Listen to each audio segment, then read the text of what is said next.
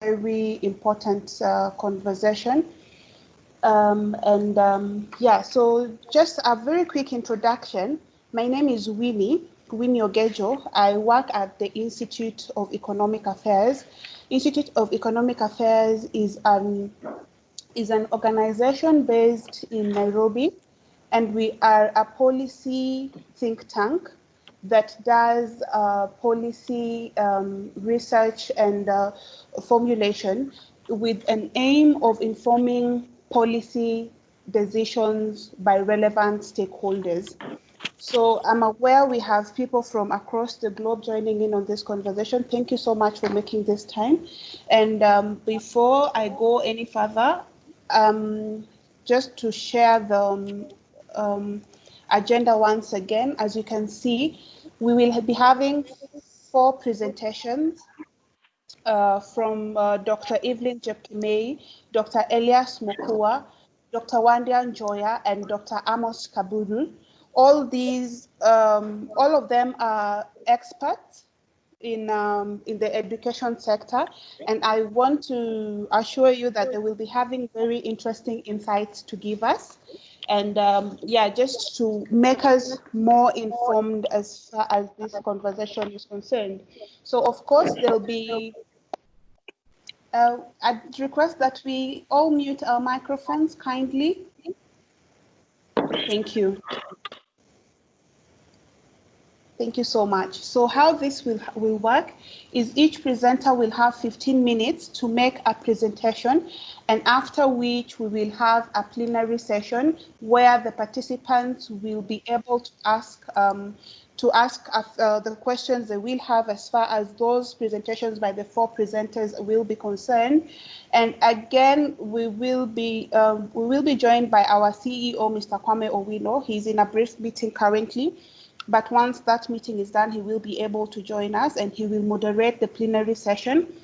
And yeah, so meanwhile, as we will be making the presentations, if you click on the chat box, just so that we are not forgetting the questions we will be having, you can be typing the questions and somebody will be noting them down from the IEA, just so that we don't forget. And you can please indicate who the question is referred to, so that we can get, and even the presenters can have a view of what questions you have, so that they can then proceed to respond during the plenary session. So there will be no questions during the presentation. We will have a question and answer session after all the 4 presentations. So without going so much into this, to the introduction, I will do a brief breakdown for us to understand what we want to have a discussion on. We have to admit that COVID-19 has affected and impacted all the sectors within the country and across the globe. So that's not something we will dispute. And the education sector is one of the sectors that has been largely affected. So with having said that, I will just go quickly into sharing my presentation. I believe we can all now have seen my presentation. So what my presentation will be doing is just to give us a quick breakdown on the number of households, number of schools, number of students, and number of people who have access to the proposed tools for virtual learning that the government has been speaking about. Because the government has been telling us that virtual learning will be ongoing, and they'll be using radios and televisions. And we have other learning institutions that have proposed the use of computers and internet computers to continue with the education. And so for purposes of this meeting, I'd like to state very clearly that we are aware that in the Basic Education Act 2013, the basic education is defined as a means the educational programs offered and imparted to a person in an institution of basic education, and this includes adult basic education offered in pre-primary education institution centers. But for purposes of this, we will be looking at pre-primary, primary and secondary education. So I just thought that should be clear so that we are not wondering why we are speaking about basic education and we are including pre-primary, primary and secondary. So just to go to my presentation, in terms of number of households that we have in Kenya, according to the Kenya Population and Census Report 2019 in volume 4, we have approximately 12 million households in Kenya, with 5 million being in urban areas and 7 in rural areas. So we need to understand that, yes, the number of households that could be affected by this pandemic, or rather, the number of households that are affected by this pandemic are actually 12 million households. So in terms of number of learning institutions, we have 46,530 pre-primary institutions. Out of this, 28,383 are private institutions and 18,147 are public institutions. When we go to primary centers, we have 32,344 institutions. Out of this, 23,286 are public institutions and 9,058 are private institutions. When we go to secondary institutions, we have a total of 10,463 institutions. Out of this, 8,933 are public and 1,530 are private institutions. So when you're looking at the number of institutions that are affected by this pandemic in terms of pre-primary, primary, and secondary, we realize that 89,337 learning institutions are affected by this pandemic. Not looking into the TVETs and the universities, which with the TVETs we have 2,191 that are affected by the pandemic and 63 universities that are affected by the pandemic. When you look at the number of learners in the three institutions that we will be looking at, we have 2.7 million learners in pre-primary that are affected. We have to make this clear that for the 2.7 million that are affected in pre-primary, we are only looking at PP1, which is pre-primary 1, and PP2, which is pre-primary 2. Why? Because with the introduction of the CBC learning, we only consider PP1 and PP2. We are aware that in private institutions, we still have play groups and we still have KG2. Like my daughter is in, last year was in KG2 and this year she's in PP1. So that clearly tells you learning started for her at KG2, but that was not considered by the government. Now this year when she joined PP1, she was then considered. So if you look at that, and out of the pre-primary, 1,393,719 are male, 1,344,868,000 are female, making it 2.738587, approximately 2.7 million. Then in primary, we have approximately 10.1 million learners, with approximately 5.1 in being male and 5 million being female. And then for the secondary school, we have a total of 3.3 million learners, with the 1.6 being male and 1.6 being female. So it's approximately 50-50. And yeah. So I think that makes you understand, in total, the number of learners affected by this pandemic are 16.1 million. This is inclusive of both those in public school and those in private schools. So the government has been talking to us about access and the use of radio, television. So we need to understand the level of accessibility for these tools that the government is trying to talk to us about as far as virtual learning is concerned. So for instance, we have, out of the 12 million households we have in the country, only 57% have a radio. So that's out of the total. And in urban areas, we only have 54% having access to radio. And in rural areas, we have 59% having access to radio. So if you look at the government saying they want to use radio as a medium of virtual learning, you realize that, well, the penetration is more in 59%, with a difference of about 5% from urban areas. So that's something they can consider. And in terms of functional televisions, we realize that out of the 12 million households, the approximate 12 million households that we have, only 41% have an access to a functional television.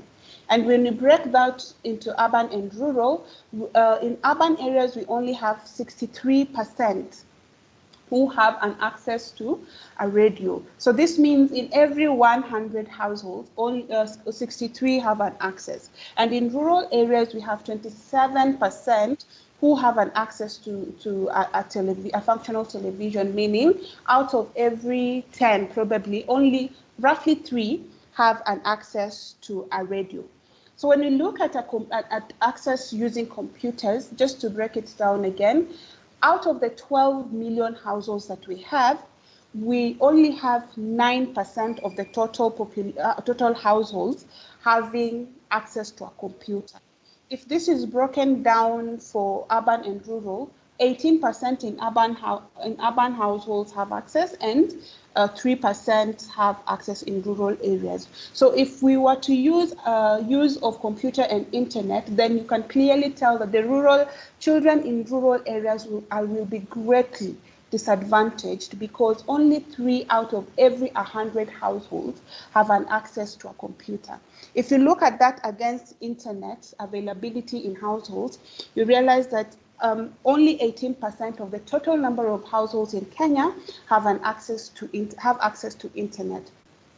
And if we break that to urban and rural, 35% have access to internet and 7% have access in rural areas. So again, it is not even half the population that have that access. So there again, the government needs to rethink, and I'm sure our presenters, as they'll be doing their presentations, will touch on these numbers just to give us a clearer picture on these virtual learning tools that are available to our children, and what is the efficacy of each tool probably that is available, and what can they advise and what tools they are advocating for as possible to be used for to continue learning.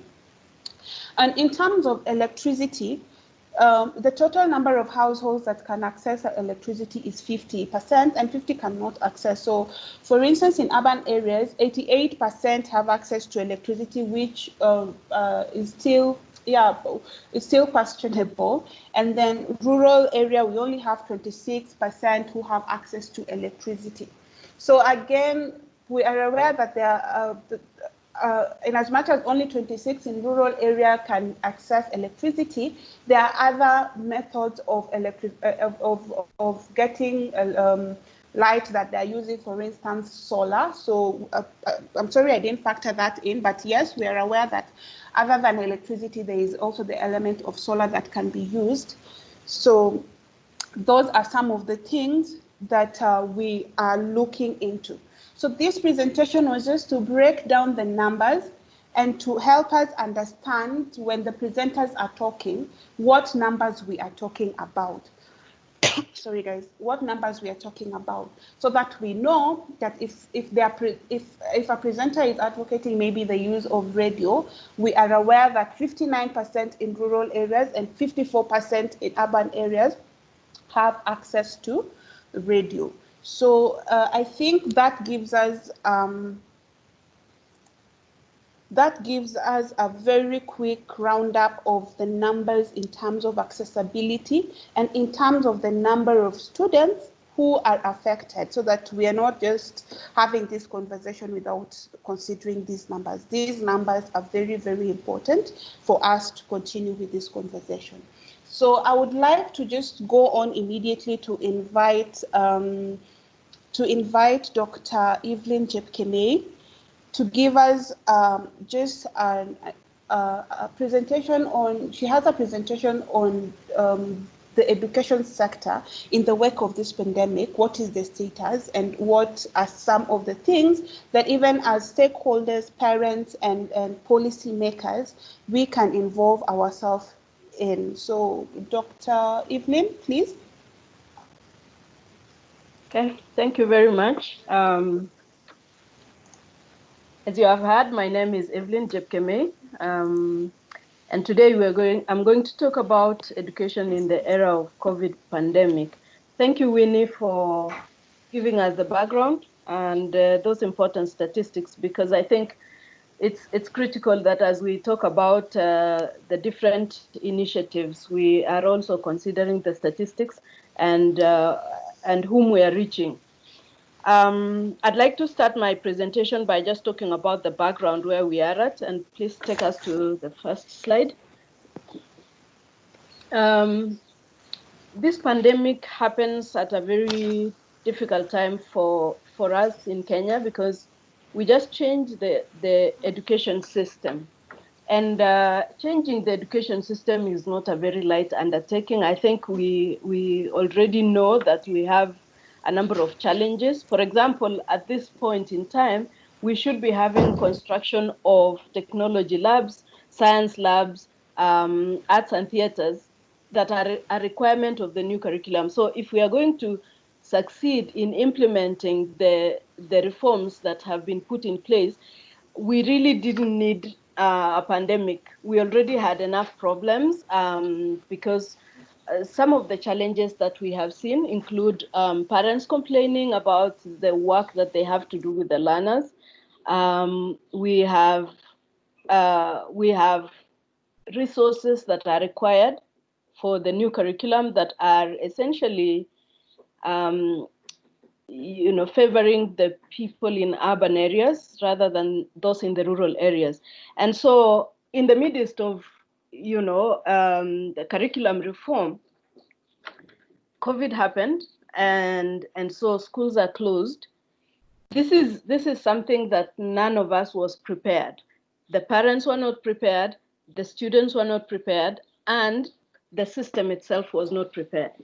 And so the challenges that we see, or rather the interventions that we are currently seeing, is we are rushing to try something, but we really don't know that it works. We haven't tested it to know that it works. And if we are looking at it in terms of making decisions based on evidence, certainly there's really not enough evidence to tell us that the interventions that we are putting in place, especially online learning, work for us. And looking at the statistics that we've just been given, if half of the country is able to access radio, that tells you how many children are actually missing out in the interventions that we are putting in place. And so, we are actually sitting in a time where we have compounded challenges facing the education sector. And certainly the COVID has brought the need for isolation. And so even if you think about creating groups that of children in the neighborhoods, that's not possible, because we have to isolate, we have to quarantine, there is curfew, and then lockdown in some areas, which brings a lot of which is a dilemma in and of itself to the practitioners and the decision makers, but also even for parents at home. And so the closure of schools has several implications, and I want to talk about a few implications that I think are important, because it is those implications that we are trying to address if we have any interventions that we are putting in place at all. Next.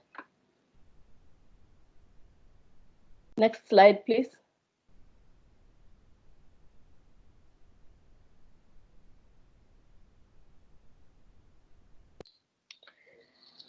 And so as we think about the challenges that we are facing, what really are the implications? Number one is that learning has moved online on an untested and unprecedented scale.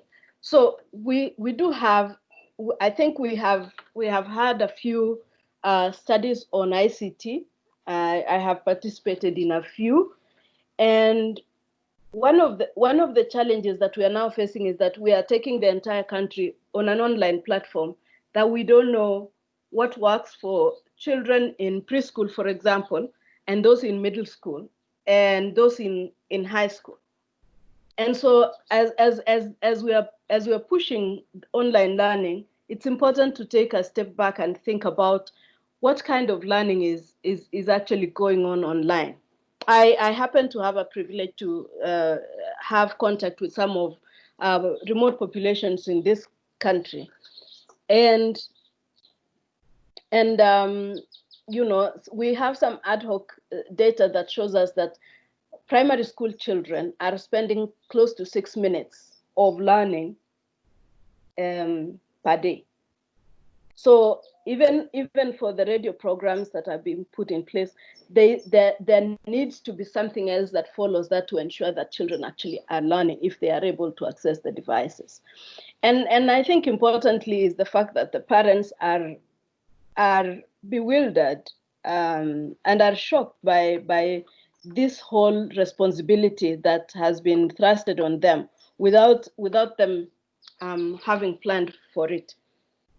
There's a lot of trial and error in what we are trying to do, and of course it does make sense because children are at home. What do we expect them to do? We need to keep them linked to school, linked to the curriculum in one way or another. However, the truth is, if half of the country are able to access radios, it means KICD lessons are being accessed by less than half of the kids. And assuming that all the children are actually able to sit down when the radio lessons are on. And I'll talk about the implications of that later. And also the fact that monitoring and evaluation during this time is almost not possible to do because of the controlled movement. So those of us who are doing research are depending on phone calls and are depending on self-reported data, which sometimes has its own validity problems. The other thing is, and I think this is something that I haven't had a lot of conversation about, the fact that the schools closed and it wasn't a holiday, and while learning should continue, there must be some kind of emotional response, even of learners, towards this premature closure of schools. It's natural for children to come home in April, to come home in August, to come home in December. But when you close schools in March, and there is no follow-up, parents are stressed for fear of catching COVID, for how to put food on the table and all these kinds of things. But they're also worried, what if someone in the family catches COVID? And so kids come home knowing that school cannot be able to protect us, and perhaps parents may not even be able to completely protect us. And so there's a mental health issue that needs to accompany our interventions as we think about learning, because we didn't just move kids from school to home in a normal situation. There is a threat, and that threat also goes into affecting how children actually assimilate curriculum content. And then, of course, the content delivery through radio, which I think is the most prevalent right now, is a good thing. But remember, those radio lessons have always been there, and they were actually supposed to enhance what the teacher does in the classroom. Now, in this scenario, we are simply letting children sit and listen to the radio. And if you listen to some of those radio programs, I do remember when I was working in KICD, we would actually instruct the teacher, write on the board this and this, explain to your learners this and this. After you have explained, then the radio lesson continues. So in this regard, that teacher is not there to be able to do that which the teacher is supposed to do in class, knowing that lessons that are delivered without human connection is not sufficient. And so we don't have the teacher who interprets the curriculum, and we don't really know how many hours. As I said, we have some tentative results that tell us that in some of the rural areas in Kenya, children are spending about 6 minutes only of learning per day. Internet-based learning, that's a big challenge. And as we have seen, very few families actually are able, especially in the rural areas where the majority of the population live, are not able to access the internet because they don't have power. And so that is really a challenge. And in a separate article that I've done, I've actually said that in some ways online learning makes worse the learning situation for marginalized communities, especially refugees, and for those in urban areas, but also even those in the rural areas, because really, if you're not able to access the platform, then there is no learning that goes on. So then those who are able to access the internet, which are actually most families that are in the middle income category, are kind of benefit. Even with the challenges that online learning has, there's still a challenge, because then you're actually, in some ways, we're actually privileging without intention those that have, and underprivileging those that do not have. And then the long hiatus from school. In a study that colleagues of mine did in Malawi, and I think it does apply to Kenya as well, we found out that when schools close for 3 months, for example, in December, the usual holidays that children close school, normally what happens, especially for learners in grade 3 and lower, they lose 1 month of learning. When you have 3 months consecutive of holiday, learners actually, there is loss of learning, meaning that when children go back to school, what the teacher should be doing is trying to recover that which was lost in 1 month before they now begin teaching, before they move to the next level. The next issue, of course, is the fact that now parents are the ones who are delivering the curriculum, or at least supporting curriculum delivery in one way or another. But those parents do not have the know-how to be able to interpret the curriculum. And so I have looked at most of the interventions that have been put in place. And my question is, where is the teacher? The teacher has not been involved in any of the interventions that are going on, obviously for logistical reasons. But it's important for us to think about the teacher, because at the time when schools open, that teacher needs to go back to school with these children, and she needs to know where those children are at in their learning, if at all there's been any learning. And it's this teacher who will do the onboarding of learning as they come back to school. And so I think there's been a gap there. I have talked about the psychosocial issues, loss of livelihood, stressed parents, uncertain future, and protection issues for children. We have statistics that show that gender-based violence has increased, and also abuse of children has increased in certain communities and in certain groups of the population. And so this is an issue that covers so many parts of who the child is. And so as we think about even going back to school, it's important to think about what might have happened to these children while they were home. Did the parents fight? Were they abused? Did they suffer the impact of loss of livelihood? What about the uncertainty that COVID has actually presented for all of us? How do children process that? But also importantly, how do teachers process that as well? because it's a teacher cannot take learners to where she hasn't been, and so if the teacher is stressed and has concerns of their own that are related to COVID, as we think about the initiatives that we are putting into place to normalize learning, it's important to remember that teachers also need support in terms of psychosocial support. Next.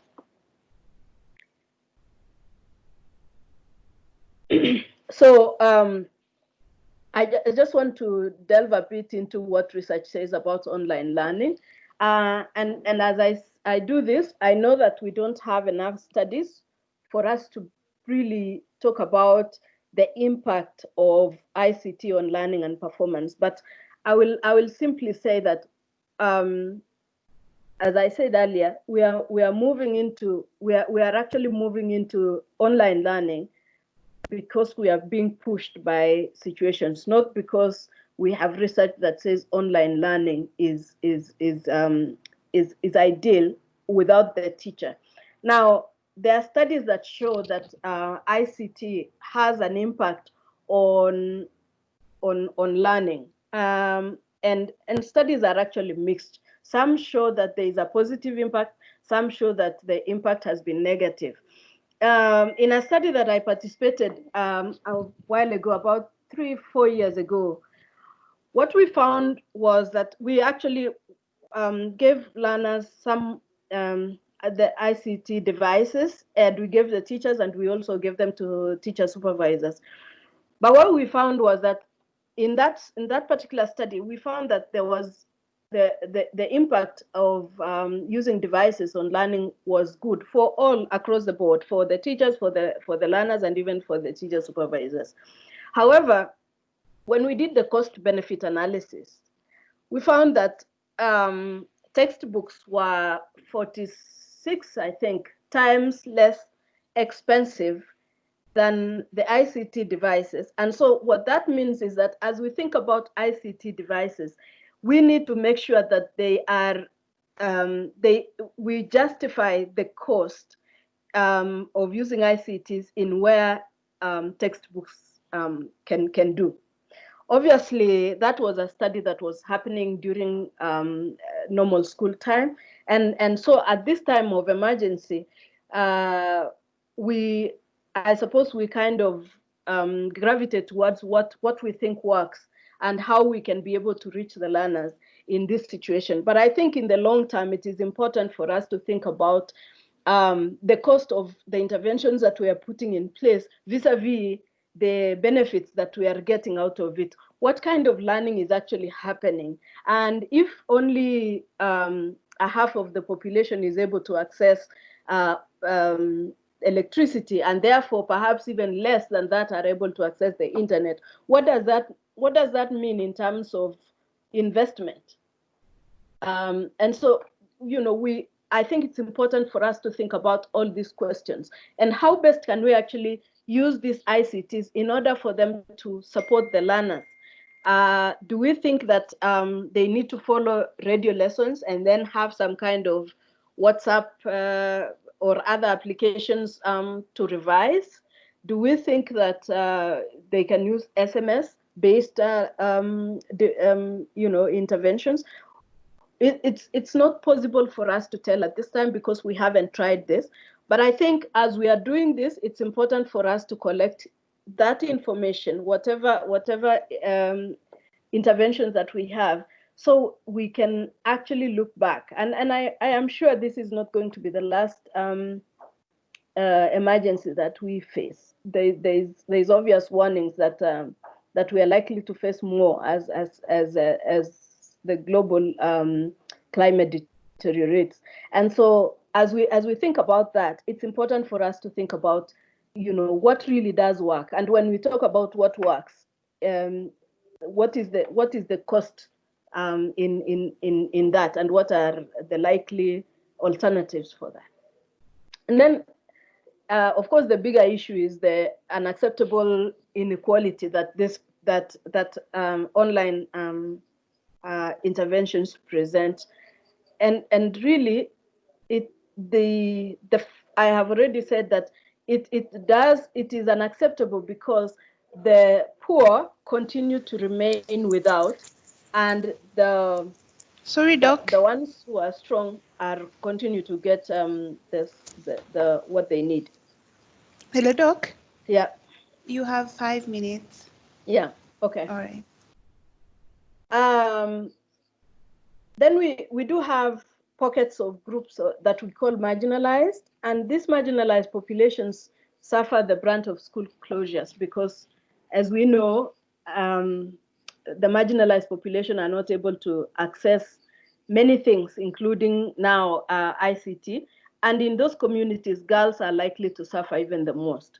And so regarding, when looking at the disparities across the board, how can we as education community support these families to be able to help their children to be able to learn?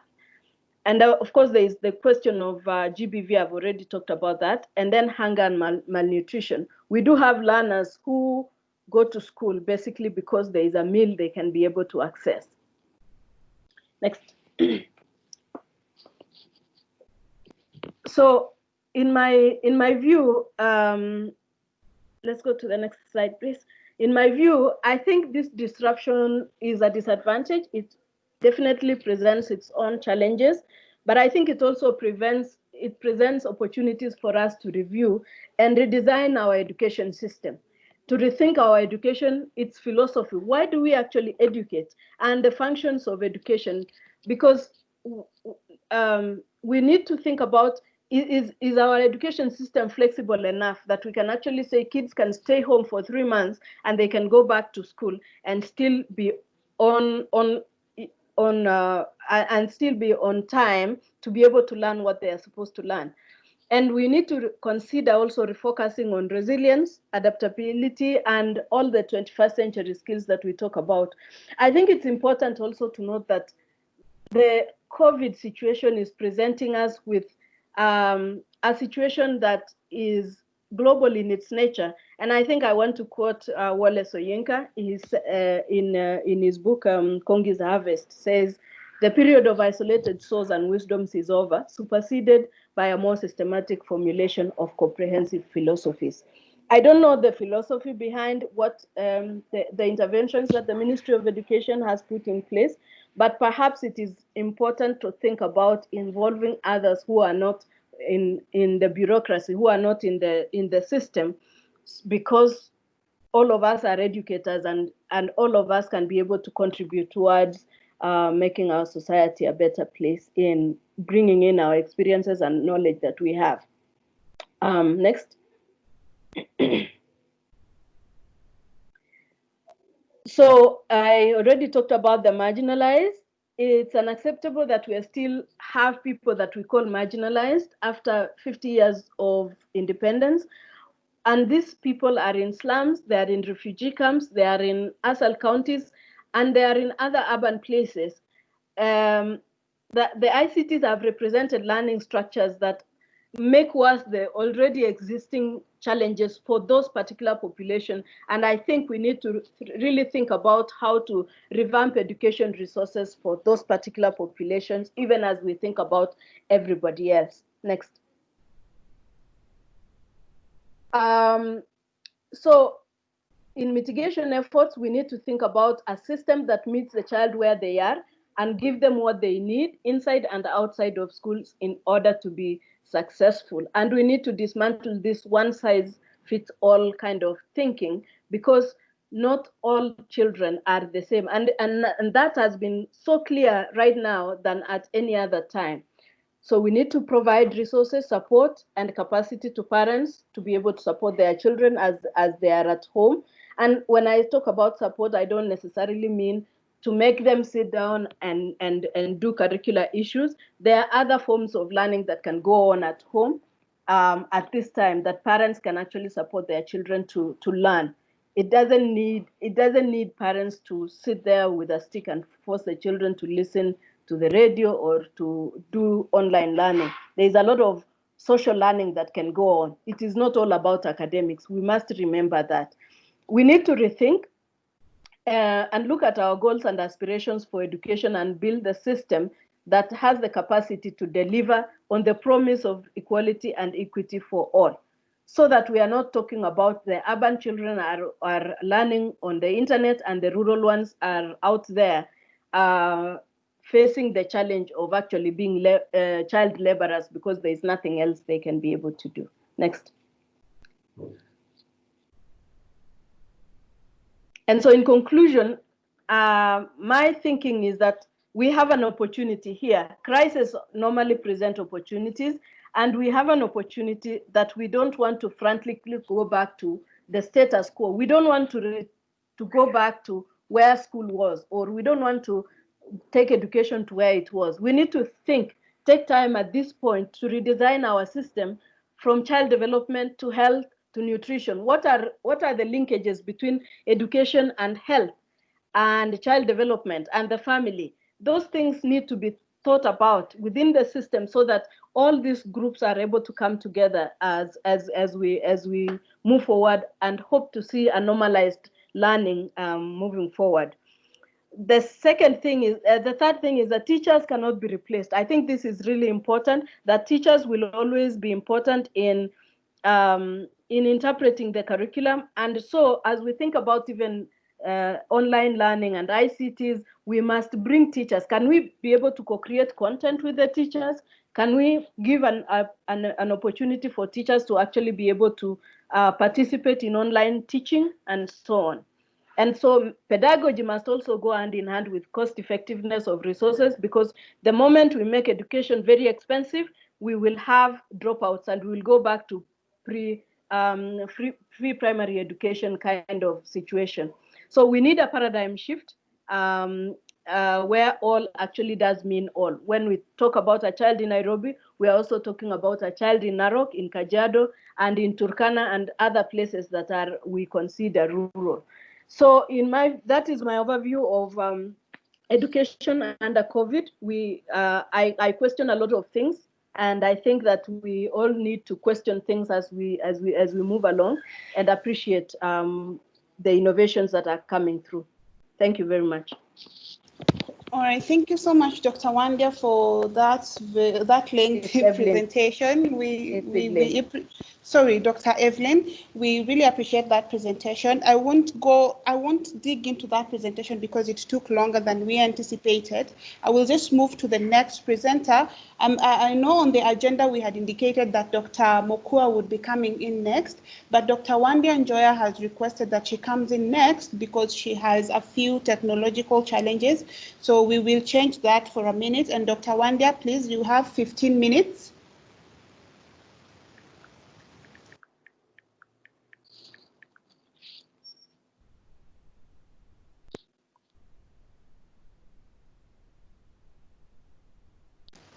Dr. Wandia?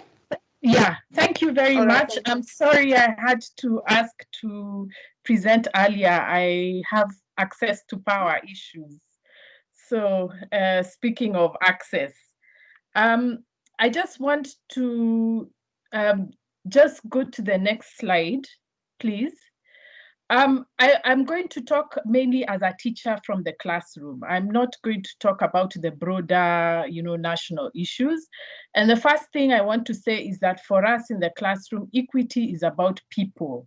It's not about relationships. So the relationships between teachers and students, between communities, between the marginalized and the rich, all those are what I consider equity. So equity for me is not about the infrastructure, especially in e-learning. It's not about the infrastructure so much. It's not about whether people have radios or TVs or internet. It's about what is the relationship between the people who live in the rural areas in terms of their access to everything, food, electricity, business, all those things, and not just what they have access to in terms of the technology itself. And there's so much inequality in Kenya, so that even if you were to avail a balloon to people and say now you have the internet, their relationship to technology is different from people who are in the suburbs of Nairobi who have smartphones and who go to work and use laptops. So we need to think of equity in that broader sense and not just about access to gadgets. The next slide, please. The other thing we need to think about is these three things for me. I'm not a very good expert on this, but this is what I've seen. The first thing I've already said is that we have to think of equity in terms of familiarity with the gadgets. So even if, for example, we were to give everybody a laptop today, the fact remains that some people have had access to laptops and have been used to laptops for a longer time than others. So those people can troubleshoot. For example, they know where to get more resources if the particular program they have is not working, which is not the case for people who are seeing a laptop for the first time. So those are the things we need to think about, not just about whether people have radios and laptops. It's whether how familiar are they with the technology. It's like driving. If a driver of 18 years is different from a driver of 50 years old, and that's why the matatu industry was told you must have drivers of a certain age, because the way we think as we mature determines how we use technology. And so we cannot just assume that giving laptops to everybody is going to solve the problems. The next one is the skills. And here skills, I was thinking of the psychomotor skills. One of the things that really bothers me about the use of like Zoom for children is that we are making a lot of assumptions about the skills of children. When you put something on the screen the way we are doing here, we already have a background knowledge that is unspoken, a background knowledge that if I look at the screen, there are people who are listening and looking at me even if I can't see them. Children don't yet have that kind of skill. They haven't developed that skill to coordinate what they see to something which they cannot see. And these are the things that we are not really thinking about when we are saying that children should be put in front of laptops.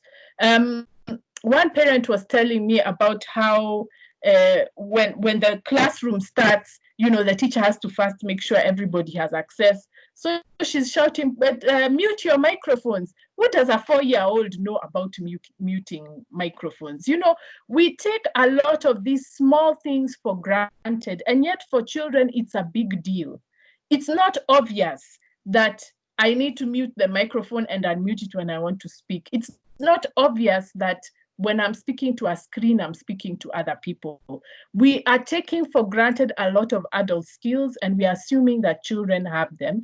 And this is abuse because we are not allowing children to develop their visual and psychomotor skills naturally. We are rushing them and imposing adult skills on them. And this is something that the child development people should have been saying something to the government about. The other thing about equity is the teachers' resources. We've talked so much about homes having access to computers, but we're not talking about access for teachers. And what is happening is that teachers are bearing the cost of having internet, having the materials. We are spending more time looking for materials online because now we can't use the textbooks. And these kinds of costs are not being factored so that the teachers from schools with these resources where they're interacting more with internet have an edge and familiarity over other teachers who are just being bombarded with a balloon and a laptop and told, teach today, like you're a guru at this. Next slide. So why are we not having these conversations? We are not having them because we have fetishized technology. We think that technology solves social problems, which it doesn't. And that's why I put there that to fetishize is to treat with unwarranted respect and to overvalue. We are overvaluing the importance of technology in education. Technology cannot solve all the issues that even Dr. Jepkemei was talking about. Next slide. So why are we fetishizing technology? One is the first assumption that learning is linear. We think, and this is what Dr. Jepkemei was saying about resilience, we think that if I don't learn X today, I will not be able to learn Y tomorrow. And learning is not like that. Sometimes you can learn Y tomorrow and then go back to X, and then X makes sense. But we have this very linear idea of education that it must follow a certain program. And that is why we are thinking that it's important that we have technology in the home so that we can insist that kids learn this lesson before they go to the next one. We are underestimating the capacity of the human brain to go back. The second thing is that we think learning is covering the syllabus. It's not. And even Dr. Jepkemei has said this. Learning is working, it's playing, it's all these other things. And we are assuming that children are not learning because they are not covering the syllabus. And that's why we are so desperate for this technology. The next thing is that we think group learning is necessarily bad. So people are saying that technology is good because now the child can learn on her own because being in a school is a bad thing. Group learning is necessary everywhere. Mass media is about group learning. Going to church is about group learning. Initiation is about group learning. So we should not have such a bad attitude towards kids meeting together to learn. And then we think that learning is determined only by what the child does with the material, with the class, with the curriculum, and it has nothing to do with their social background. It has everything, learning has everything to do with what they ate in the morning. Are their parents supportive? Are their parents educated? In fact, that's a bigger problem for me. We are assuming that parents are educated when we are saying they'll help with the learning. Then the other problem is our assumptions about technology. One of the assumptions we make is that tools are necessarily progress. The fact that we are using internet and laptops does not necessarily mean education has improved. And even the data says that, in fact, a lot of data also says that there's no difference whether you have tech or not. So we are putting too much emphasis on tech. We also think that tech is culturally neutral, and it's not. Technology comes with its own hidden assumptions about how human beings relate and what they do. And so when we are accepting technology, we are accepting some of these assumptions, and they might not necessarily be assumptions that are grounded in African realities. And this is something we need to think about. The other assumption we make is that education can be simplified, that we don't need to think about many complex issues together, like nutrition, economics, education of the parents, availability of resources. We have to, child development, all these other things, we need to think about them if we are to grasp what is important for education. Next slide. So for me, I think that teachers are not being listened to. We are just being talked at and told, here is the technology, use it. And when we raise questions, we are told it's because we are resisting change. And that's very disrespectful, can I just say? Because if you value your children, why do you want to disrespect the people taking care of them and teaching them? Next slide. So these are the people who are dominating the debate, in my opinion. First is the techpreneurs, and I wrote a post some years back about how many companies started hanging around Kenya during elections of 2013 for access to the amount of money that they can make from buying tech. I also think that, and the problem with techpreneurs is that they think of education in terms of engineering and business. So they think all education problems can be solved with technology, and education is about business. And that's a problem. That should be a problem for society. The other voices are the politicians and the civil servants and policy consultants. For them, their focus when they're thinking of education is on governance. How does it look in terms of politics, policy, and all those things? The other dominant voice is the media that is more preoccupied with making the public accept these technologies without asking questions. So it's a public relations gimmick, and unfortunately the media are misleading Kenyans. For example, they've started equating digital learning, online learning, and homeschooling, and they are not the same. And each of those terms comes with its own different meanings, but the media is not breaking it down for Kenyans. And then the educational managers, who are from everyone from the Ministry of Education to the heads of schools. And as you saw in the saga of Brookhouse, most owners of schools are thinking about brand recognition. They are thinking, I need to get tech in my school so that I look like I'm ahead of the other schools and I am more marketable to parents that way. So you can see from all these four approaches, the engineering, governance, public relations, and competition, that the concern is not teachers and kids. The concern, they have other concerns about education which have nothing to do with kids in the classroom. So these are the silences. These are the things that are not being talked about when it comes to technology. One is that, and Dr. Jepkemei mentioned this, people need human encouragement and immediate feedback. But now what technology does is that it turns that into a luxury item. It's either you can afford a tutor, or your parents already are educated and they have a degree so they can help with the learning.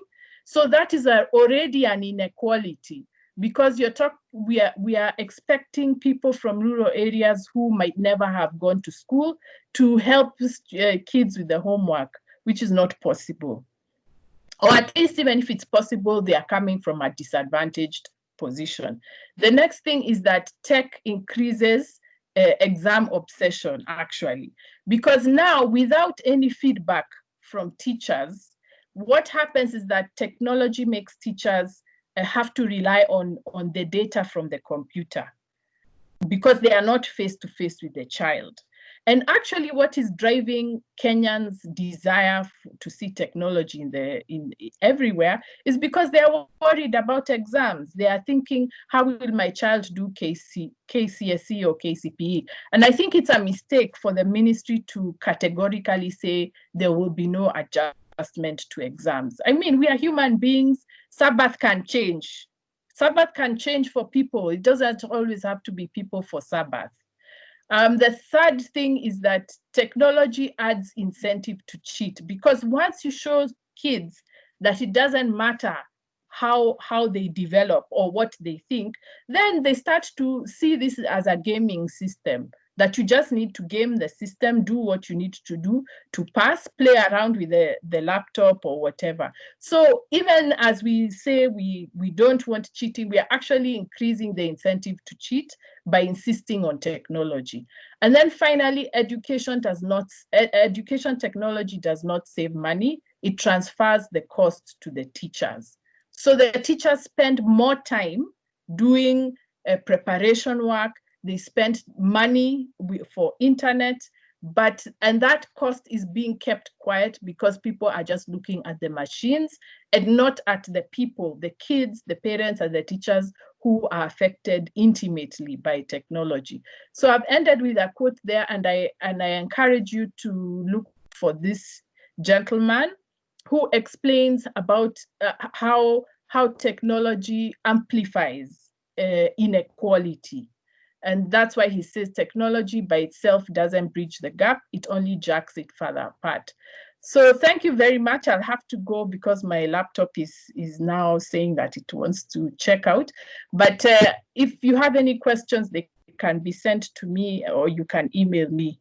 All right, thank you very much.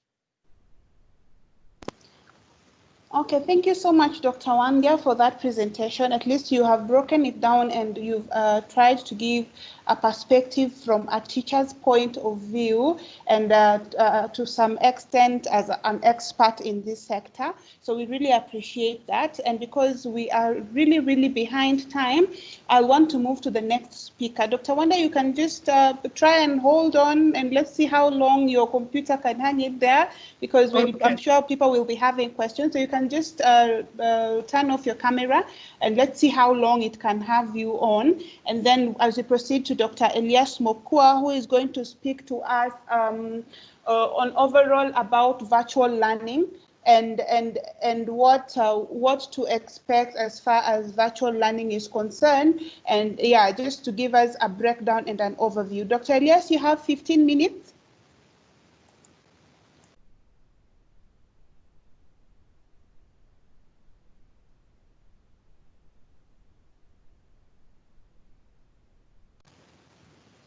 Hello, can you hear me?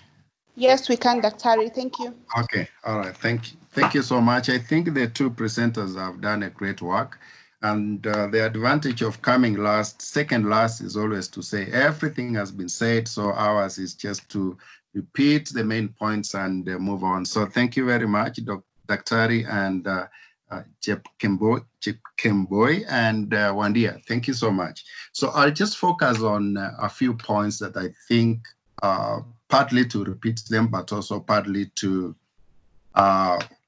reinforce what I think is very important, particularly around this time of the coronavirus spread. I'll focus myself mostly around policy, and the policy in this case is I don't know whether it's already formed policy that we must adopt this ICT gadgets for learning, or is kind of a push, as it was already said, kind of try and error. I'm not very sure what the correct position is, but it will be good to question that policy or to critique it, at least in the way it's developing. So virtual learning and how it's really impacting on our context in terms of the teachers, in terms of schools, in terms of administration, in terms of the kids themselves. I have a few questions I would like to begin with. So my first concern will be, why consider virtual learning, particularly around this time when kids are at home? What's the urgency? I want to underline that word, urgency. What's the urgency, and from which agents? Of course, we have the government, but could there be other agents of this agenda to move towards online learning, towards virtual learning? What specific goals does virtual learning aim to achieve? And what kind of knowledge do children need at this time of coronavirus spread? And finally, what types and opportunities exist in virtual learning? So those are some of the questions I will want to address myself. And if you move, yes, let me, in this slide, I want to emphasize what virtual learning is not. And I say that based on what has already been presented, but also what I think is very important.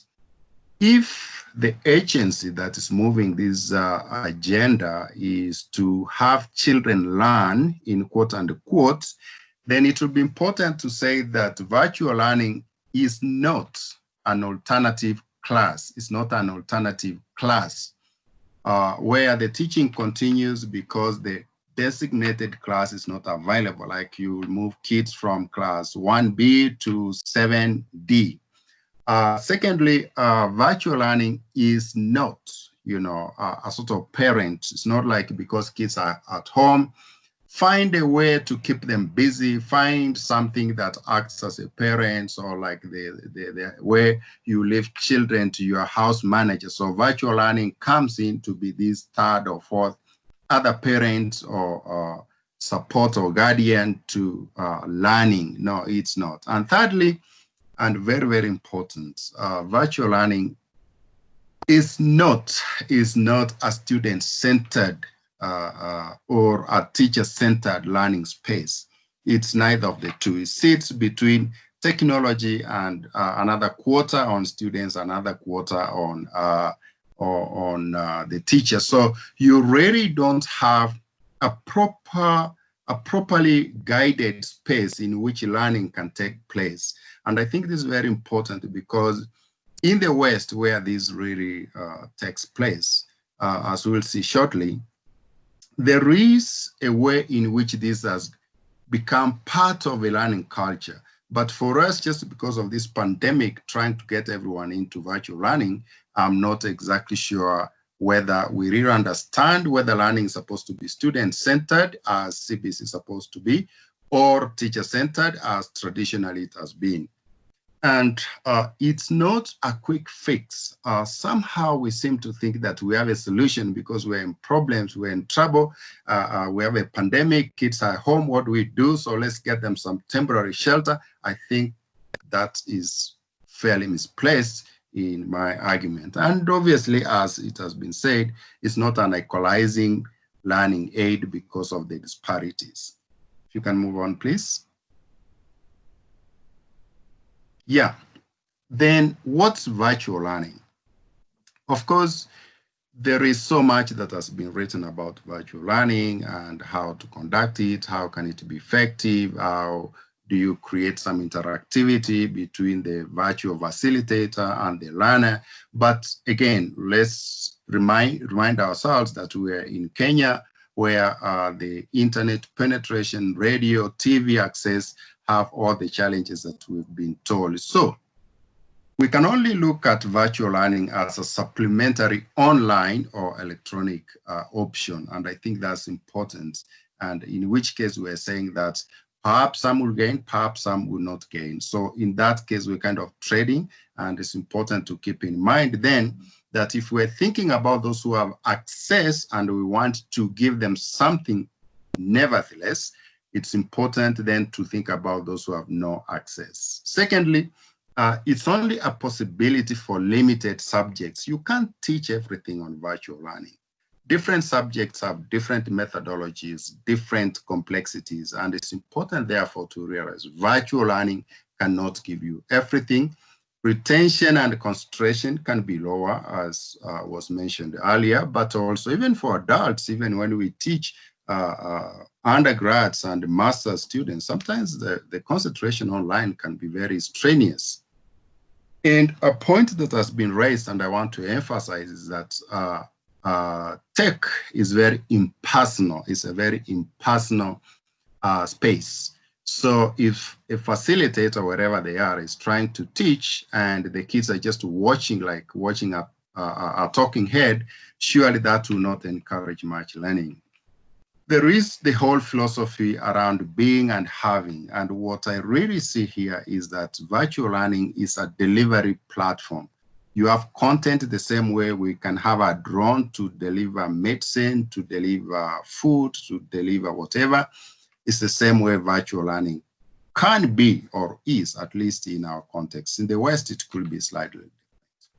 So why virtual learning at this point? I think this is the really point I want to ask myself. Why is there, if it's the government or the agents, who is really behind these agents to adopt virtual learning? Is it a question of exams in October, November? And I think Dr. Wandi has mentioned that some of these things can be re-evaluated, repositioned rather. It's important not to have, like a fixed way of living, like we're very mechanical in our lives. Sometimes there needs to be some sort of adjustment when, it's justified, or at least in this case, no one was prepared for a pandemic that will close schools. So are we wondering that if we don't continue with the normal routine, some people will be paid for not working? If it's high schools, they will not have kids. Are we wondering about university intake 5, 6, 7 years down the lane? What is this urgence about? And I just want to collapse this to the idea that an emergency is an emergency, and I think no one is going to question if there is a year where there is no exam. I wonder if there will be one parent who will say, why didn't the government give exam in 2020 in spite of this and that? I think that's very unlikely. Or are we wondering that parents are restless, they can't handle their children, and so the government has to do something with these sort of rowdy kids? I'm really wondering, we probably need to interrogate these actions and contextualize it and give it the proper weight it deserves. Next, please. Yeah, there are 2 points I want to emphasize. One is that young kids really need to be creative and they need to develop their imagination. Now, creativity, of course, has to do with developing the mind and the cognitive side of it, ensuring that kids can think better, can think critically, and evaluate options around them. And I think virtual learning has limitations on that, because when you teach kids to think, you can simulate them, you can give them some exercises, but at least you need a presence. And I think that presence is very important. Same thing with imagination, skills. They can be shown how to make something using some aids, online aids. But I think all of those really need a presence at the end of the day. The next, please. Yeah, so here is my tech. I'm just rushing to make sure I'm within time. First of all, if we want to talk about virtual learning in Kenya, we really must, begin there at the right place. Teachers must be trained. Even for some of us who are now teaching online, we realize that there are many, many things we didn't know. There are many apps we didn't know. There are many technicalities we didn't know. And so we are all learning. Now, this is double difficult for a teacher who's going to teach children to understand the dynamics. First of all, to learn the technology, the platform, how to get the content up there, how it's consumed on the other side, but also to understand, how do I deal with children who are not following? This is something that needs proper formal training. Secondly, as has already been mentioned, children must have limitless access to the platform. Now, Dr. Wandia was just pulling out, saying that she didn't have enough battery. Now, what do we expect of many places across the country if it can happen to a lecturer? What will happen to, certain homes? I think the idea of access has to be questioned. That 50% of Kenyans have electricity or internet access does not mean that every hour they have that access. And also, a learning environment is very important. Where is a child seated when this virtual content is being delivered? Are they in the sitting room? Are they in the bedroom? Are they outside? That whole environment has to be learned. Then there are modes of teaching, what sort of aid will actually help learning via virtual learning, because it's not every content that will make sense to someone watching. The same way TV works, there are many ways of understanding that now the platform has changed. So I think it's important to understand how mentorship will work, modeling will work, examining will work out. So all these have to be looked at. But as already has been pointed out, we're making a huge assumption that those kids will be there interested in learning. And sometimes it doesn't work. Even to keep graduate students online is already a challenge. So what about the younger children? Finally, I want to really talk about this policy and give my own recommendation on that. So what options are available? As already been pointed out, radio, TV, internet, and all this, they are great, but they have limitations, as has been pointed out. And I really think, I stand to be corrected, but as a policy, I think it's important to realize in emergence, parents should be able to adapt and understand that children are theirs. They need to love them more. They need to give them time.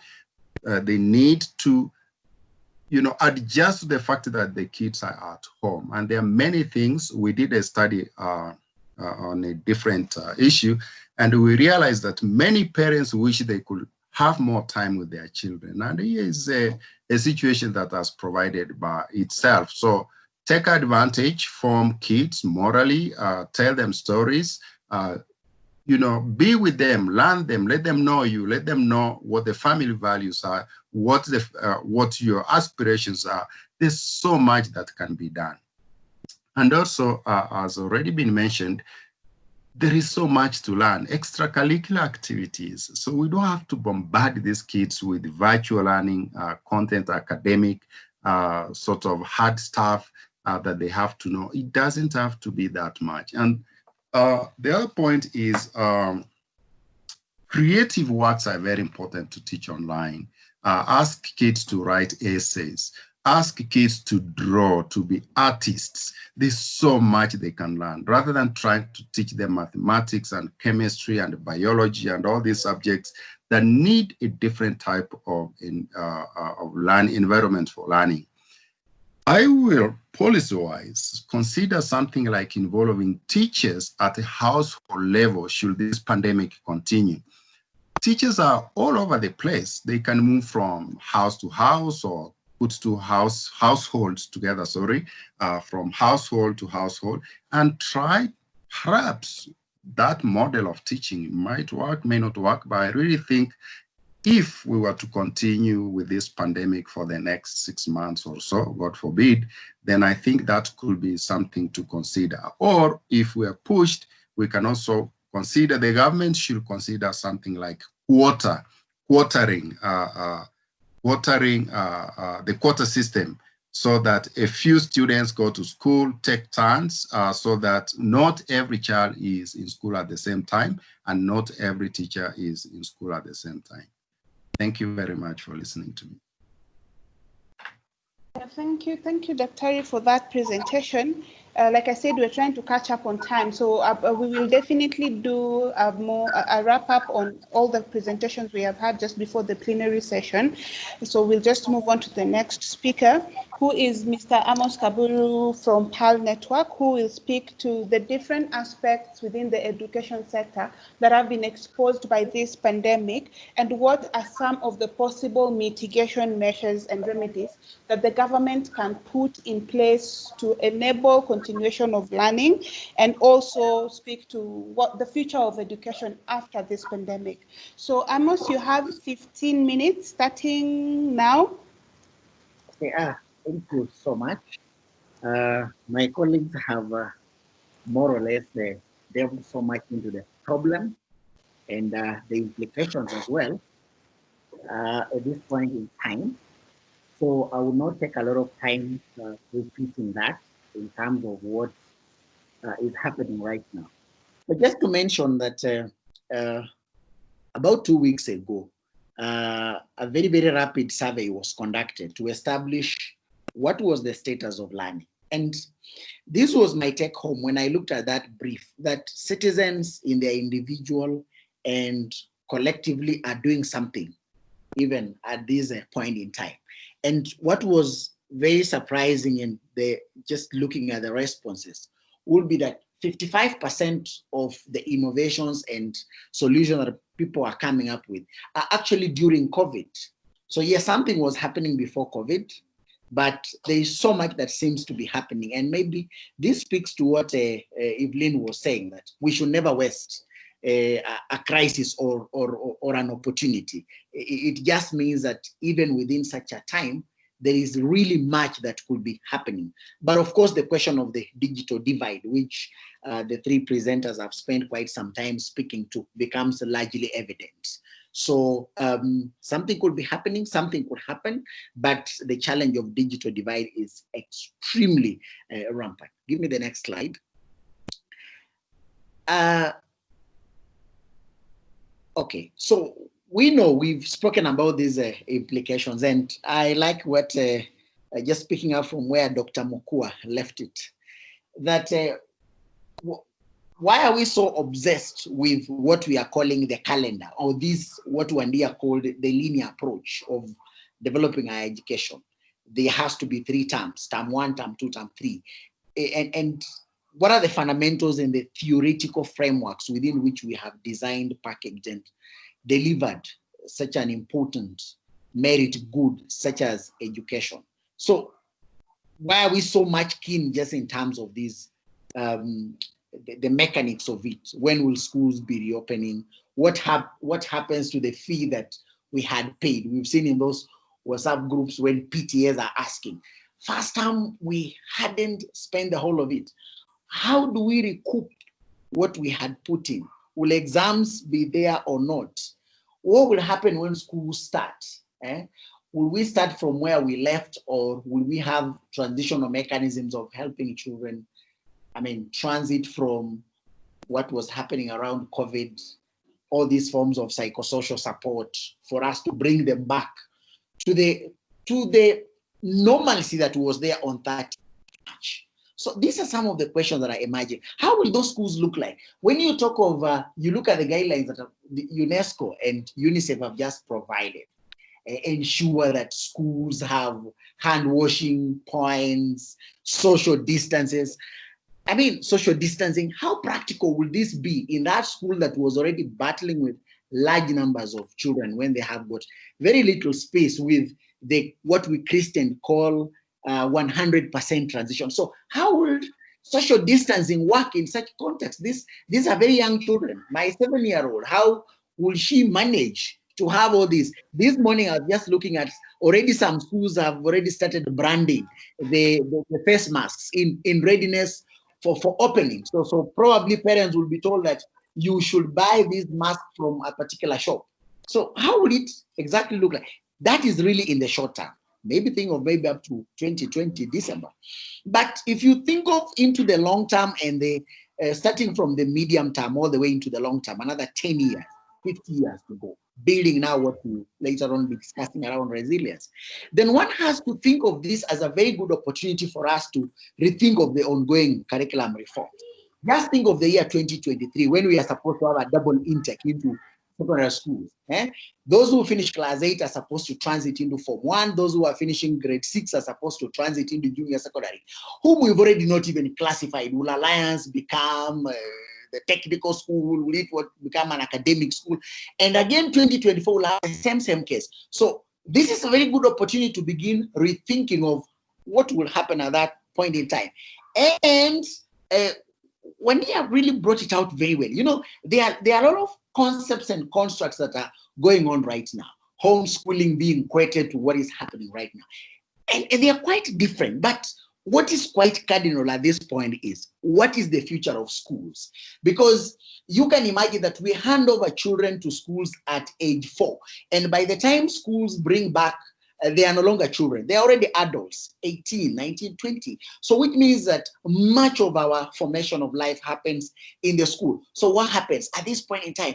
And I saw someone put across that maybe the greatest heroes of these COVID times are children who never knew that they can be told just to stay indoors. All their life, they knew you have to play with your friends, you have to be out riding bicycles, playing out in the fields when we were growing up in the villages, and all that, playing with cow dung and all that. Now they're being told that you must sit in the house and you don't go out. And our children have been so obedient that they cannot even step out to speak to their friends. What is going to be the role of the parents? When I look at the over-obedient parents who will go to school and be told that you have to pay this amount of money, and they'll never ask any question. They're like, okay, that's fine. So schools will bill and charge us whatever they feel like. But I've been looking at the emerging assertive parents who are like, no, we are not going to pay for school fees for second term because the school term has not started. And this is not, even those whom we perhaps thought they are quite comfortable paying $10,000, $1 million per term, are also questioning. So it's like, it's a moment which has made all of us equal. So what is really going to be the changing role of the parents in the education process in the new school that we'll be mentioning or thinking about? Give me the next slide, please. So what we know is that there's going to be a new norm away from what we had as the normal. And it's quite important that even as we think of this, even the discussion around technology, to try and picture 10 years, 20 years, 30 years from now, that the children who are 5-year-olds, children who are 2-year-old, what will be their world? Technology is going to be their world, whether we like it or not. So we should also be in a position to mediate between those of us who are not digital natives, but we are immigrants, into this world and space of them who are basically natives, and how they grasp everything. Because the bigger tension that we still have right now is to mediate between what we consider that we already know what children want, and yet at the same time also giving them a role to play in terms of defining their own education. So the 4 fundamentals of education will now need to be rechecked. The philosophy of our education, a sociology of our education, which is now going really to be dictated by COVID-19 as a historical fact. Will we see societies begin to reclaim education? Because for such a long time, perhaps we've seen a big divide.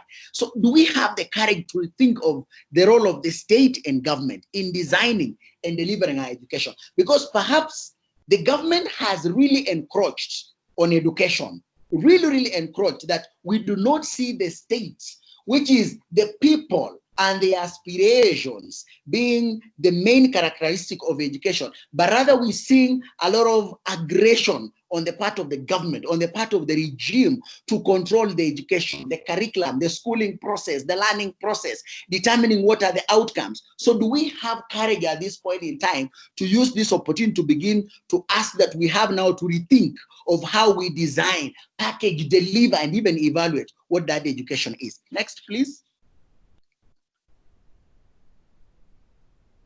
So if we have to think of designing a resilient system, because COVID has told us that our education is a little bit nimble. It is not built to sustain all these kind of shocks. Then one of the things that we will have to do are radical shifts from what we have had as overdependence on data plus the politics of the data, and move towards a dialogue-driven process. Because one has to appreciate that we are undergoing a transformation, something that is completely going to change the world. So we must rethink of this, the thought of education. It must be rethought. How do we go to fix the fundamentals, the philosophy of our education, the sociology of our education, and begin to discard the politics of the official data? And I'm going to give a simple example of what I call officializing data. We're told that in pursuit of 100% transition, 95% of the children transited into secondary school. How true is that?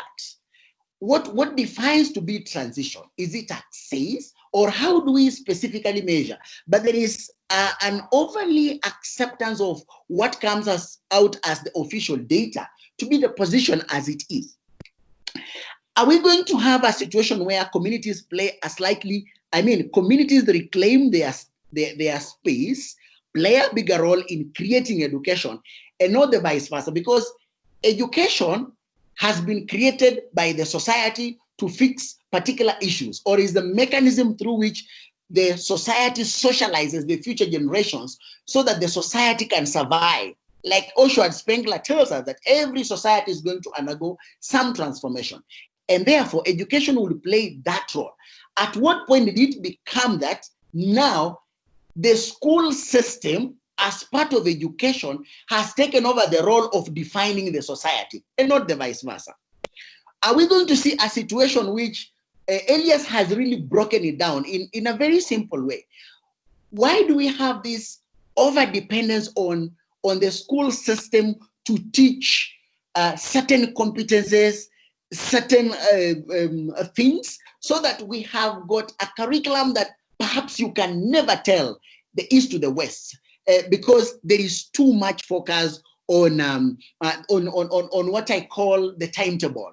School starts at 6. We need now to have school buses that are painted yellow. So these are the kind of conversations that dominate our education discussion.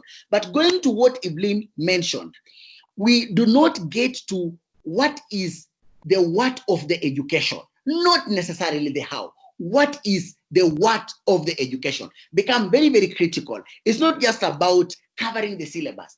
Very basic questions such as, yes, the teacher has covered the syllabus. Did the children cover the syllabus? So how do we change all this to work for education as opposed to over-glorifying the school with its inputs, with its demands of school uniforms and the school fees that has to be paid and the school terms that are already fixed, all these kind of things. Next, please, as I come to the end. So if we have to design something that is resilient, and people have thought of technology, which of course I put also in my third bullet, I should maybe start by asking, just in the midst of trying to design a solution for children who are farthest left behind, and this is what one of my colleagues in the field was telling me. Nareng is a girl living with a disability in Lobolo village in Turkana North, whose father is a class 2 dropout and spent his life fishing on the shores of Lake Turkana. And so I was just looking at the data, and about 60% of the people in Turkana did not even have a basic mobile phone. But when you go to look at the 20% on the, which will be the 5th quintile, what you realize that 60% of those who are in the 5th quintile are female-headed households. And when one looks at their vulnerability, is that a woman who does not have a phone in Turkana is 3 times more vulnerable than a man who doesn't have a mobile phone. So where do you start if you are going to build or to design a resilient system? We must be deliberate to know that inclusive development is the only sustainable development route that we can take. And so we must be so deliberate to say that, yes, every child counts. If we have got a very, very ambitious curriculum mission that we have, nurturing every learner's potential, then we must design with inclusivity in nature, that everybody matters. This tokenism approach that now we have served the Nairobi people, what can we now do for the children living with the disabilities? Bring in a sign language interpreter. And that sign language interpreter is put on a very, very small screen on the television. Even where they are signing, you cannot really get it. We have those in Turkana who can't get it. So what do? Maybe perhaps we can give them radio. So they are an afterthought. It is not going to work, because that is when we realize that there is going to be too much energy, yet there is very, very little light, because we are really focusing in the how and not necessarily the what. And this is the mirage of perhaps the entire African continent, where we say Africa is resource endowed. But when you look at how much those resources have transformed the lives of the people, is very, very little. And then you try to compare with the countries such as Singapore, which are not endowed with a lot of natural resources, but because of the how, it has made them reach somewhere. So we have to start with those who are farthest left behind. And you've clearly outlined them. Who are they? Those ones living with the disabilities, those ones from poor households. These are the women. The Nareng girl that I'm talking about, she is a girl right from that far-off village where her father does not have a mobile phone. If we can say that technology can work for Nareng, then we are good to go. But we cannot design an education that favors that child in Kilimani, then Nareng becomes an alternative. So unless we are bold enough to have sufficient inputs that allow Nareng to learn, first of all, before we can now look at how that Ashley or Jaden, who is based in Kilimani, is going to work, is going to learn, then I do not think that technology will be helping or it will be serving us in the long term. So we must be very, very deliberate to confront what I've called the technology myth. And I wouldn't belabor this, because Wandia has taken sufficient time to look at how perhaps we have this myth. And maybe I will sum it by giving a very good example that we thought that if we employ technology in our electoral system, we will achieve fairness in the process. But in 2017, all the KIMS kids failed across the country. And after they had failed, we still landed in the Supreme Court. And as we speak now, nobody no longer speaks about opening the servers, as much as all of us are interested in it. So technology in itself could be a myth. So unless it's looked as an enabler rather than an end in itself, it is not going to be the answer to the questions that we have. Thank you. Thank you so much, Mr. Amos Kaburu, for that very brilliant presentation. I really appreciate. And yeah, so we will just be moving on to the plenary session. And just to inform you, we are doing some polls on the chat. So if you can participate in those polls. And meanwhile, we will be receiving the questions on the chat as well. So you can participate in the poll and just be sending your questions through the chat box that we have. And then now I will proceed to invite Mr. Kwame Owino, our CEO, who will be conducting the plenary session. And I'll request the panelists to then have their cameras on, even as we will be proceeding to the plenary, guided by Mr. Kwame. Kwame? Okay, thank you very much, Winnie. Thanks everyone for being here.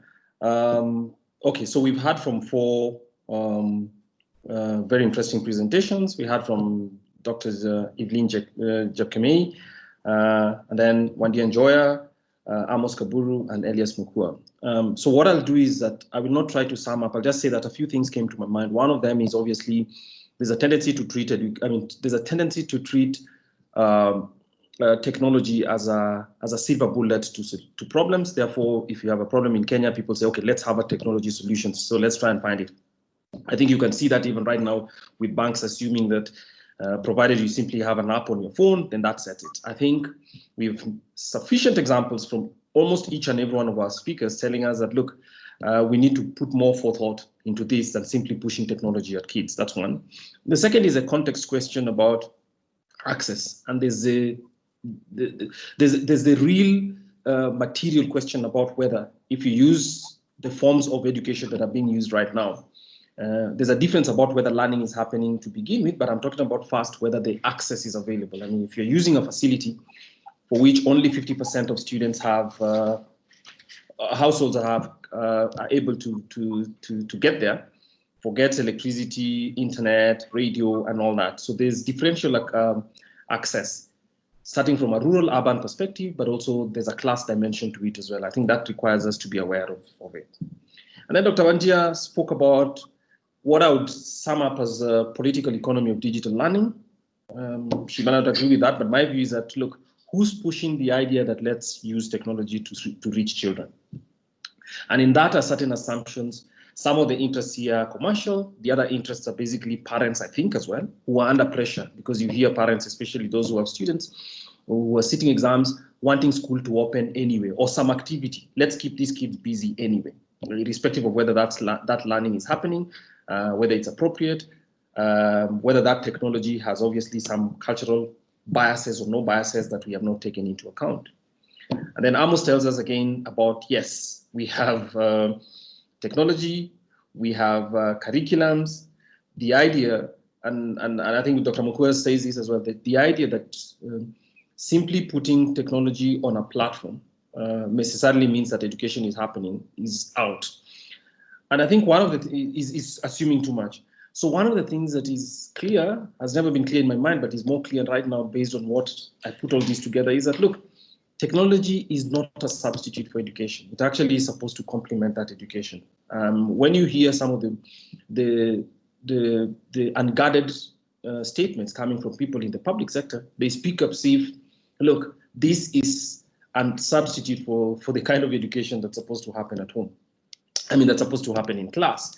How we transfer costs as well from government back to parents and to households, and the effects that this has as well in terms of what the psychosocial and what it will mean for kids when they come back to classes. All these things, I think, leave us with an idea about why we need to have a discussion such as this, and not to assume that if we throw technology and if electricity is available and if everybody has a radio or a computer, for instance, then that will solve our problem. So I think it's gotten us to basically a very informed discussion about what are really the options that are available, which Amos Kaburu has alluded to some, and Dr. Moku as well. So ladies and gentlemen, you have on here some questions. I received some questions, but there's a facility for raising your hand. So before I read the questions that came in that were written on the chat, I'd like to provide an opportunity for the first 3 or 4 questions, which we can then bring back to the panelists to answer, and then come back to to all of you, given as it is that we have only 15 minutes. So there's a facility, there's a floating bar, which has the time on one side. So all of those, if you'd like to ask a question, please raise your hand. I'll allow you to ask a question, and you can ask a question to any one of our panelists, and thereafter come back to the second list of questions. Is there anyone who'd like a question to answer a question? To ask a question? Well, it looks like nobody asked. So I'll ask the questions that are here. The first one is basically by Timothy Mushigi. Timothy asked, asking all our panelists, could you all comment on TOR number 5 of the National COVID-19 Education Response Committee that will advise the Cabinet Secretary on the impact of COVID-19 on the demand for education by poor households and suggest mitigation measures? Yes. I think Dr. Jepkemei mentioned that one of the things that risks that we might suffer is that when schools reopen, the burden of staying at home will actually fall disproportionately on women and also on girl children. So how many of them will be coming back to schools, even if schools open immediately? So let me have one of you respond to others. Can I ask you, Evelyn, to respond to that?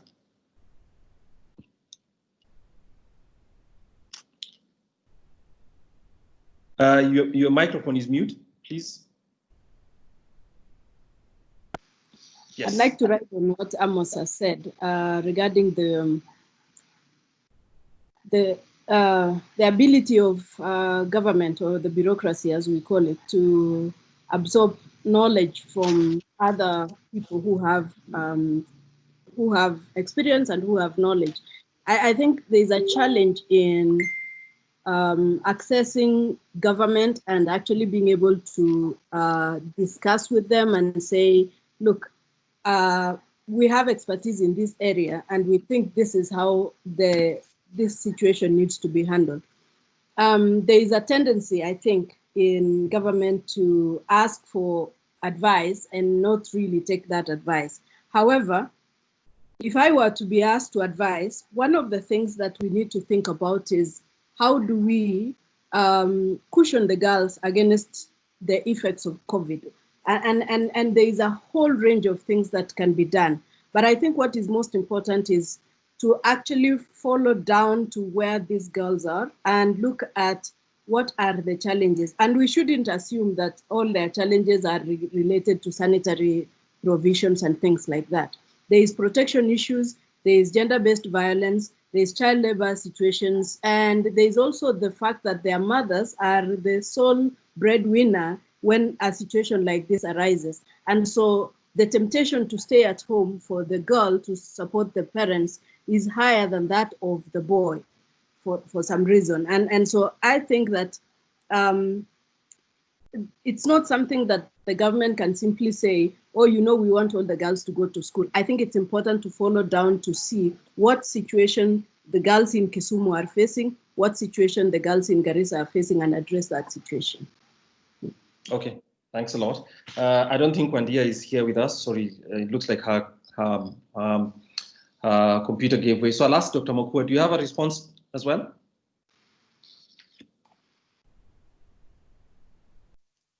I'm sorry, I'm not sure I really understand what the advice is.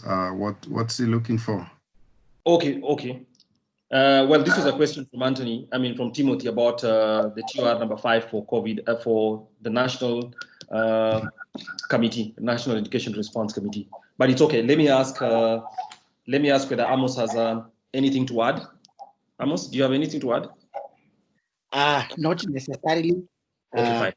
Yes. Okay. So let me go to the other questions. The other question is in relation to.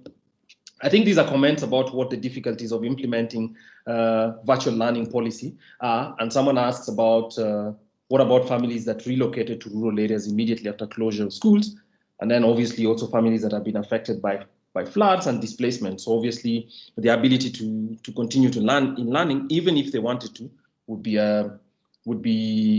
be difficult. So all of you will comment on that. Let me take three questions and then I'll come to you. I think Molly asks, is it Molly? Yes, I think Molly asks, is sending kids back to school so urgent that you would be willing to risk their lives? So in other words, they're saying that, look, it seems as if the Cabinet Secretary for Education, in setting up this task force, in this committee, response committee, is intent on opening up as quickly as is possible. And I think she is alluding to the fact that part of it is also basically the pressure that parents have, which is let's open schools. What about standard 8 kids? What will happen to them, whether they'll go to school? So I think if you put all those two together, what's your views? I mean, for all the panelists, do you think sending kids back to school by all means is so urgent that you should be willing to risk the lives? And she says that masks and sanitizers can help suppress the spread, but they don't necessarily stop it. And of course, kids as well, once they go back to school and everything goes back to normalish, might not adhere very, very strictly to the hygiene prescriptions that have been given. So that's one. Then John Mutua asks, John Mutua says that it's clear he agrees with Dr. Wandia and Dr. Jepkemei and says that thanks for your insights. And he says that no doubt online learning is not the be all and end all. I think given the equity challenges, and that's real, and it's upon government to ensure that that does not provide another different gap between classes. But what other short-term measures should the government come up with? I think probably asking how do we target the most vulnerable to ensure that if we're going to take online learning or rather virtual learning as the option for now, so what else do you think can be done to actually ensure that those who are outside are brought within the frame? And then the third question would be, the final one is that basically social distancing or physical distancing is difficult to achieve perfectly. And yet it is essential before we can go back. This is another question from Molly. So it's saying that can the government do some kind of door-to-door testing as they do with the census? And then doesn't Kenya have enough donations or the resources to do that? And she adds that, or is all that money gone to drinking tea? And Howie asks, can social distancing and remote work happen in schools in rural areas and in villages? I think it's a question about those resource gaps and how those resource gaps affect how will resource gaps affect I mean how quickly learning takes place. And then Howie says, what is the role of homeschooling, or might the demand for homeschooling improve? And I like the way that one of you created the distinction. There's a difference between virtual learning, homeschooling, and that. So might the demand for homeschooling rise after this? And I see a question from a hand from Lars. Who is Lars? Yes. Yes. Would you like to ask a question, Lars, please? I'm an acquaintance of Evelyn, and I'm in the U.S. right now. Okay. So it's very, very early in the morning for us. But I had a question, is that, I think it was mostly from Dr. Elias, but is there much focus on student-centered learning in Kenya right now? Or is it still very much this top-down focus on, just the rote learning or making sure the specific curriculum gets taught? Is there much of a push for that student-centered learning that you were talking about? Thank you. Okay. Okay, fine. Let me see if we have one final question. No. Okay. Okay, let's go to the. Let's start with Elias, and you can respond to the questions, whichever ones you can, and then we'll come back and we'll finish with Evelyn. Yes, Dr. Elias. Yes. All right. Thanks so much. Let me begin with the question of the risk of reopening as well as implementing a virtual learning implementation. I'll say that first of all, we need to know who we are as a country. We are the so-called third world country, but of course we don't use those terms anymore. We say we are a developing country, which sounds more positive. Whether that solves our problems, I don't know. But we are a developing country in terms even how we teach our children. So far, we are, and that touches on the question that Lars asked. We are a little bit leaning towards teacher-centered learning, so top-down learning. Basically, the teacher knows, the student doesn't know, so the teacher brings the content down to the child. Very tabula rasa approach, if you will. But we have to know that the rest of the world, the developed countries in particular, they are really moving towards technology for many, many reasons. There's technological advancement. Of course, the economy is technologically driven. Politics has a strong element of technology, and everything is like really our socio-political economic life is really technology driven. But in spite of that, there is the element of lack of teachers in some parts of the world. And that's why the question of artificial intelligence, robotics is becoming a big thing. So some countries, Finland, I don't know, Sweden, some parts of the US, they are now adopting robots for teachers. So they are trying to fill a gap. They are trying to fill a gap that perhaps they don't have enough, human beings who will walk to class and teach. So I think we shouldn't just be too quick to adopt just because technology has come our way. Now we can teach children English. There's so much advantages of this technology over some of our own human behavior. A robot can repeat something 10 times. A teacher will be impatient, will be intolerant, and they can always they can do things mechanically. For the learner, it might play very advantageously. So I want to say that in terms of implementation of this virtual learning, let's be slow. Let's see where do we have gaps? Is it because we have shortage of teachers? Now, that's a contradiction. We have so many unemployed teachers. Guys graduate from universities as teachers, they have degrees, but they have nowhere to go. But on the other hand, we have so many gaps in schools. We have, 100,000 gap of teachers in our school system. So really, we have to be very careful that just because of this pandemic, we don't, have these panicky reactions and panicky policy making and begin to push kids to schools, just back to school just because technology can make up for what teachers were not able to do. I think that's a little bit risky. So let's go at our pace, rather. Yeah. Okay, thank you very much. Amos, do you have comments? Yes, thank you, Chair. I think I would like to maybe just put it as an information that yes, some of us are privy to what the response committee is doing, and of course we are dealing with the history. We don't know whether bureaucrats will just be asking for the sake of asking, and that liturgy whether it will also flow into what is happening right now. But I think looking at and even participating in the framing of the issues and how it should go on is well put down there that at this point in time, what we are doing is emergency response.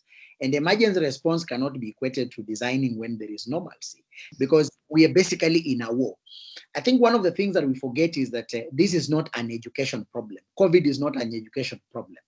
COVID is a matter of life and death. It's a health risk, which if we play around with it can crumble everything. So it just happens that education is one of the sectors that are highly affected, because the way we have normalized our lives is that children should not be in our houses after 8. We know that children should be spending a maximum of 13 weeks in our houses. Otherwise, beyond that, they should be out there in the school. We don't know what happens after they are picked by the school buses and such. So understanding the essence of designing for emergency, which at this point in time, as we know, children take in, and also equally the content or whatever skills they get, they dissipate very, very fast. So it's just to reduce the loss of learning. And because also children are used to a certain kind of routine, just trying to put them in a good frame of the mental fitness. But otherwise, we cannot say that the normal curriculum, which we have loaded onto the school, will basically be happening. So when I look at the framing of the issues that the response committee is supposed to address, it addresses issues in the short term, it also addresses issues in the midterm, and it also addresses issues in the long term. And when one sees the relationship between even the composition of the team, there is a continuity with the ongoing curriculum reforms, which means that the work of this committee should also speak to the ongoing reform, so that we are not carrying on as if we are in the normal system. So I mean, as if we are in the old normal. There is going to be a new normal, and therefore beginning to appreciate this becomes very, very critical. So I think just getting a little bit involved, not very, very far, but from a distance, I think Kenyans should have every reason to participate in this. Of course, the bigger question, which is a governance issue, one person I saw in one of the WhatsApp groups this morning asked was, why do we have the tendency for the bureaucrats to fall back to task forces, to fall back to this kind of committees anytime something is happening, whereas we are paying those bureaucrats to happen? And of course, one will look at the emerging framing of how the issues are done. They start with a statement that pursuant to the constitutional Article 10 that provides for public participation, we are now asking for public participation. But where do we really see the role of that policy coming out in terms of planning and just ensuring that it designs systems that are very, very resilient? So I think this is a conversation that must go on. We have to do what I call unofficialize this kind of data and the fundamentals upon which we have planned our education, and now begin to accept that there is a new normal, whether technology is fit for purpose right now or not. Let's accept that the world of the children which we have given birth to, they are basically digital natives, and therefore their world will revolve around education. So the best we can do is to do a responsible mediation from us as digital immigrants and to them, and give them a very, very responsible digital nativeness, that kind of space that will allow them to thrive. Otherwise, maybe holding back so much might not be so helpful for them. And yet, if we are also too fast to run, as Dr. Mokua is putting it, then we might end up doing more harm than the intended good. Yeah. Okay. Okay. Evelyn, do you have any comments? You're muted. Your microphone is muted. Just want to say that I don't know that that homeschooling will the demand for homeschooling will increase. Okay. Basically because the capacity of parents to be able to fend for the family and as well sit down and teach. If it will increase, probably in the urban areas, but even then, I think. And I think someone else has asked whether the government should institutionalize that. I think it should, that parents should be given the option to decide whether they want to teach their children at home or not. Opening schools, you know, right now we are hearing that there's another illness that affects children that is related to COVID. And I think that, as Amos said, let's tread carefully. School will not go anywhere. There is no point of taking back the children only for us to bury them in the next few weeks. So I think let's think about the calendar. We are not. It's not cast on stone. We can change the calendar, but make sure that we are going back to school when it is safe for our children. Okay. Okay. I think we need to close. But before we close, I'll just ask one question, and then I'll ask each of our panelists to make their final comments. Somebody is asking here ask the panelists whether there is a need for the government to consider institutionalizing homeschooling as a possible option. And I think Evelyn has just responded to that. So that brings us to I'll ask each of the panelists. This time I'll reverse the order. So I'll start with Dr. Kaburu, or rather Mr. Amos Kaburu. Amos, please give us any final comments as we close.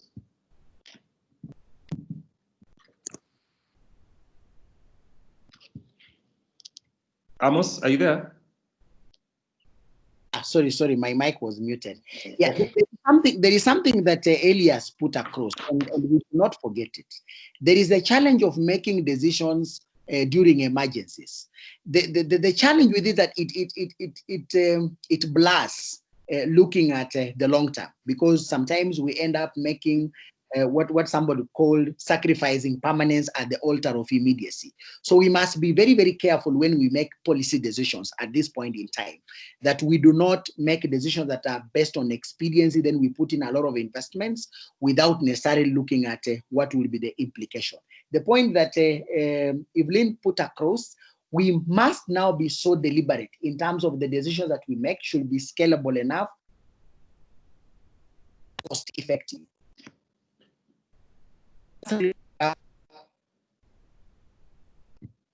Will we be putting in all these kind of inputs, including the time, the financial burden, and yet something a little shock like the one we've had right now will still make us to be pumping in an additional 60 billion every month, whereas still that education system is basically grounded. So going back to asking these very, very pertinent and salient questions, it's very, very critical, is what will really help our education to become more resilient. Thank you.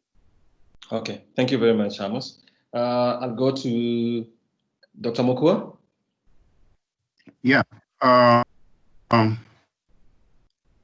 just want to agree with that. I think he has preempted everything I wanted to say. Is really great punchline at the end there. I only want to say one thing. I really feel that the teachers are not so present in the current crisis. You know, they've been sent home the way kids have been sent home. I think that's tragic, really. Because they are resource people, they are adults, they are parents, they are concerned, they are trained, they are professionals.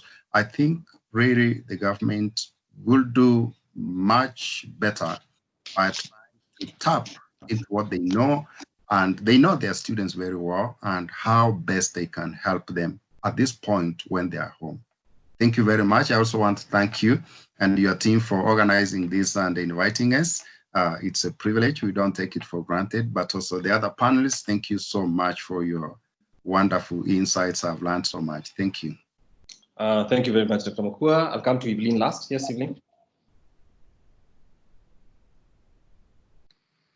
So mine is just to thank all of you, both the organizers and also the listeners.